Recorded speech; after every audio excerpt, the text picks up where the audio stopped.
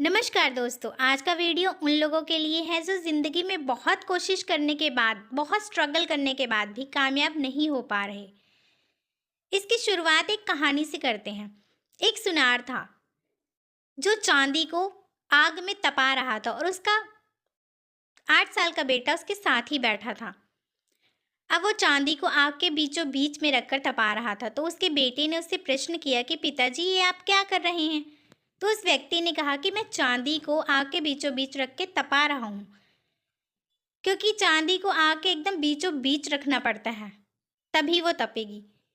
तब उसके बेटे ने सवाल किया कि इस चांदी को आप कब तक पकड़ के रखेंगे?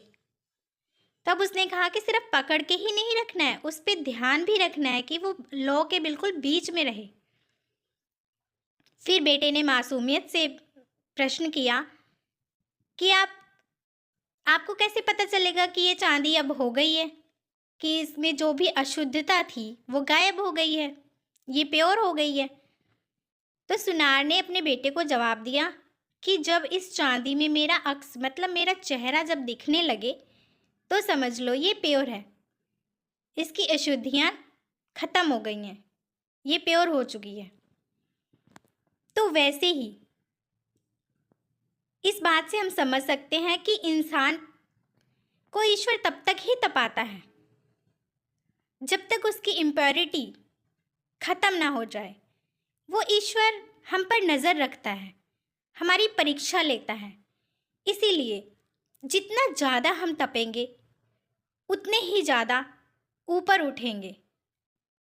आपने एक देखा होगा, सिर्फ दूध से कितनी सारी चीज़ें बनती हैं। दूध से पनीर, दही, मक्खन, घी। पर दूध जितना ज़्यादा जलता है उसकी वैल्यू उतनी बढ़ती जाती है। दूध से पहले मक्खन बनता है जो दूध से ज़्यादा महंगा होता है। मक्खन से घी बनता है जो उससे भी महंगा होता है। तो वैसे ही ज़िंदगी में जो जितना स्ट्रगल करता है वो उतना ही ऊपर उठता है। भगवान देखता है, जब वो देखता है कि इस व्यक्ति की परीक्षाएं पूरी हो गई हैं तो वो खुद हेल्प करता है। जैसे हमें अपना काम कर कर छोड़ देना। एक किसान है, किसान अपनी फसल को उगाने के लिए सबसे पहले खेत की जुताई करता है और जुताई करने के बाद बीज बोता है। बीज बोने के बाद पानी डालता है, खाद डालता है, कीटनाशक दवाइयाँ डालता है। फिर वहाँ पर उसका काम खत्म हो जाता है। फिर आगे का काम उस ईश्वर का होता है, फिर उसका काम है देखना। वैसे ही हमें अपनी ज़िंदगी में अपनी कोशिश पूरी लगन, मेहनत और दृढ़ता से करनी चाहिए। बाकी का काम ऊपर वाले पे छोड़ देना चाहिए। कभी भी किसी काम में बहुत जल्दबाजी ना करें। पर आजकल की जनरेशन में प्रॉब्लम क्या है, वो बहुत जल्दी ऊपर उठना चाहते हैं।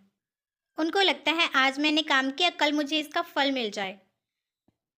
लेकिन जो जब होना होता है वो तभी होता है। हमारे चाहने या ना चाहने से वो जल्दी नहीं हो जाएगा। जिसका जो टाइम पीरियड है वो उतना समय लेगा ही। जैसे एक बच्चे का जन्म 9 महीने बाद ही होता है, हमारे तड़फड़ाने से वो 5 महीने में नहीं होगा। एक फसल को आने में, उगने में 6 महीने लगते हैं, तो वो 6 महीने में ही होगी, 2 महीने में तो नहीं हो जाएगी। तो इसीलिए अपनी तरफ से कोशिश करें, अपनी पूरी जी जान लगा दें, मेहनत करें और फिर उसका रिजल्ट उस परमात्मा पे छोड़ दें, उस ईश्वर पे छोड़ दें। और ज़िंदगी में सफल होने के लिए कभी कोई शॉर्टकट ना अपनाएं, क्योंकि शॉर्टकट से मिली हुई सफलता ज़्यादा देर नहीं टिकती। शॉर्टकट से अगर हम सफल हो भी जाते हैं तो वो सफलता सिर्फ ताश के पत्तों की तरह होती है, जो खरखरा के बहुत जल्दी नीचे ले आती है। इसीलिए लगातार मेहनत करते रहें, अपना 100% दें और फिर उसके बाद रिजल्ट उस परमेश्वर पर छोड़ दें। दोस्तों, ज़िंदगी में एक बात हमेशा याद रखना, हमारी समस्याएं जितनी बड़ी होंगी हमारी कामयाबी भी उतनी ही बड़ी होगी। अगर हम सिर्फ सड़क पर चलना चाहते हैं फिर तो कोई दिक्कत ही नहीं है, चल सकते हैं। लेकिन अगर हमें मैराथन दौड़नी है तो दिक्कत तो होगी। अगर हम सिर्फ नॉर्मल जीवन जीना चाहते हैं फिर कोई दिक्कत नहीं है, कुछ करने की ज़रूरत नहीं है। लेकिन अगर हमें कामयाब होना है, बड़ा आदमी बनना है, तो समस्याएं तो आएंगी। अगर क्रिकेट में सिर्फ 100 रन बनाने हैं फिर कोई प्रॉब्लम ही नहीं है। लेकिन अगर 400 का स्कोर हासिल करना है फिर स्ट्रगल तो करना ही होगा। वैसे ही अगर ज़िंदगी में बड़ा बनना है, बड़ी कामयाबी हासिल करनी है, तो उसकी समस्याएं भी उतनी ही बड़ी होंगी। दोस्तों, समय के साथ तो हर कोई चलता है, लेकिन बड़ा वही बनता है जो समय के विपरीत चलता है। जैसे पानी की धारा के साथ तो हर कोई नाव चला लेता है, लेकिन जो पानी की विपरीत धारा में नाव चलाए वही अच्छा नाविक होता है और उसी का नाम होता है। तो ज़िंदगी में अगर नाम कमाना है, लोगों से अलग बनना है, ऊंचा उठना है, तो हमें समय की धारा के विपरीत चलना होगा। और दोस्तों, एक बात हमेशा याद रखना, ज़िंदगी में चाहे बड़ी से बड़ी प्रॉब्लम्स आ जाएं, लेकिन हमें कभी रोना नहीं है, जो कि हमारी बड़ी गंदी आदत है। बचपन में हमारे मम्मी पापा हमें छोटे छोटे खिलौने ला के देते थे। अगर हमारे खिलौने टूट जाते तो हम रोने बैठ जाते थे।